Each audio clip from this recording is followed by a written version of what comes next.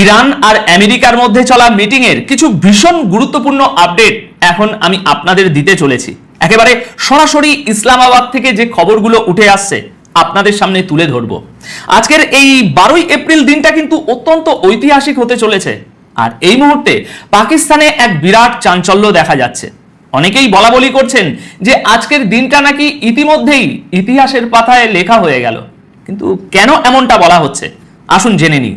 এর সবচেয়ে বড় কারণ হলো 1979 সালের বিপ্লবের পর এই প্রথমবার আমেরিকা এবং ইরানের মধ্যে এত বড় স্তরে মুখোমুখি কোনো আলোচনা হচ্ছে। ইসলামাবাদ থেকে আসা এই তাজা আপডেটগুলো গোটা বিশ্বকেই যেন একটা স্বস্তির নিঃশ্বাস ফেলার সুযোগ দিচ্ছে। মনে রাখবেন, এখানে কিন্তু সরাসরি মুখোমুখি আলোচনার কথা বলা হচ্ছে। খবর অনুযায়ী এই মিটিং প্রায় 2 ঘন্টা ধরে চলেছে। আর সবচেয়ে বড় কথা হলো পুরো আলোচনাটাই একটা দারুণ ইতিবাচক পরিবেশের মধ্যে হয়েছে। মিটিং তো শেষ, কিন্তু আসল চমক এখনো বাকি। বন্ধ দরজার ওপারে আসলে কি কথা হলো তার পুরো বিস্তারিত তথ্য এখনো বাইরে আসেনি, কিন্তু ভিতর থেকে একটু একটু করে যে খবরগুলো বেরিয়ে আসছে সেগুলো সত্যিই চমকে দেওয়ার মতো। এরই মাঝে শুধু পাকিস্তান নয়, ইরান এবং আমেরিকার দিক থেকেও বড় খবর এসেছে। মন দিয়ে শুনবেন। লেবানন নিয়ে একটা বড় সড় সিদ্ধান্ত নেওয়া হয়েছে বলে জানা যাচ্ছে। খবর বলছে লেবানন ইস্যু নিয়ে দুই দেশের মধ্যে নাকি কিছু গুরুত্বপূর্ণ বিষয়ে সম্মতি তৈরি হয়েছে। কিছু সূত্রের দাবি ইসরায়েলের হামলা এবার শুধুমাত্র দক্ষিণ লেবানন পর্যন্তই সীমাবদ্ধ থাকবে, আর বেইরুটের উপর কোনো আক্রমণ করা হবে না। যদি এই খবরটা সত্য হয় তবে নিঃসন্দেহে এটা হবে এই আলোচনার প্রথম বড় সাফল্য। এর পাশাপাশি ইরানের অর্থের ব্যাপারেও কিছু হালচাল দেখা গেছে। ইরানি সূত্র দাবি করছে যে ফ্রিজ হয়ে থাকা সেই বিপুল পরিমাণ টাকা ছেড়ে দেওয়ার দিকেও নাকি কিছু পদক্ষেপ নেওয়া হয়েছে। যদিও এর কোনো পাকাপাকি খবর এখনো আমাদের হাতে আসেনি, তবে দুপক্ষের মধ্যে যে বরফ গলছে সেটা বেশ পরিষ্কার।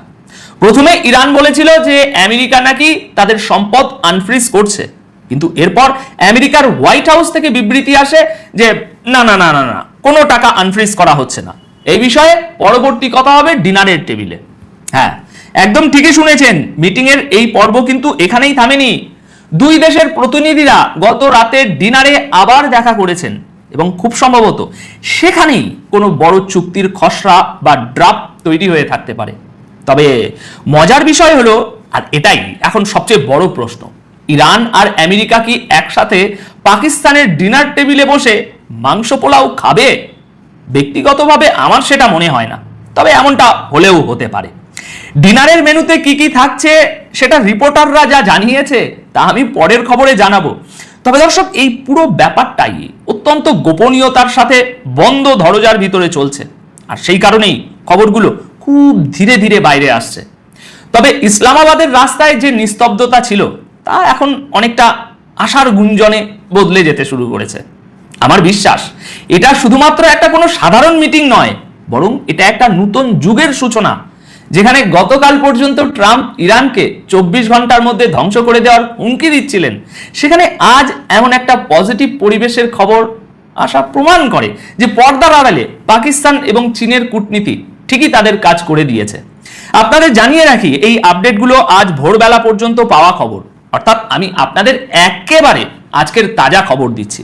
এরপর আজ সারাদিন লাইভ আপডেট যেমন যেমন আসবে আমি আপনাদের জানাতে থাকবো। বেইরুটের মতো জায়গাকে হামলার হাত থেকে বাঁচিয়ে নেওয়াটা কিন্তু সত্যি একটা অনেক বড় জয় দর্শক। ট্রাম্পের চাওয়া আর ইরানের রেড লাইনের মধ্যে কি কোনো মাঝখানের রাস্তা বেরিয়ে আসবে শেষবেশ?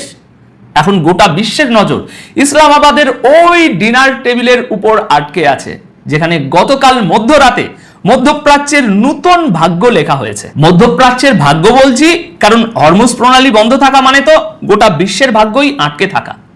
এখন দেখার বিষয়, আজকের এই ঐতিহাসিক দিনটা কি সত্যি কোনো স্থায়ী শান্তি নিয়ে আসতে পারবে? তো এই গেল প্রথম আপডেট। আর হ্যাঁ, পাকিস্তান তাদের যুদ্ধ বিমান সৌদি আরবে পাঠিয়েছে, ওটা একটা আলাদা ইস্যু, সে ব্যাপারেও অন্য একটা ভিডিওতে আপনাদের জানাবো। এবার আপনাদের এমন একটা খবর শোনাবো যা আপনাদের ইসলামাবাদের সেই রাস্তাগুলোতে নিয়ে যাবে যেখানে এই মুহূর্তে গোটা বিশ্বের ভাগ্য নির্ধারণ হচ্ছে।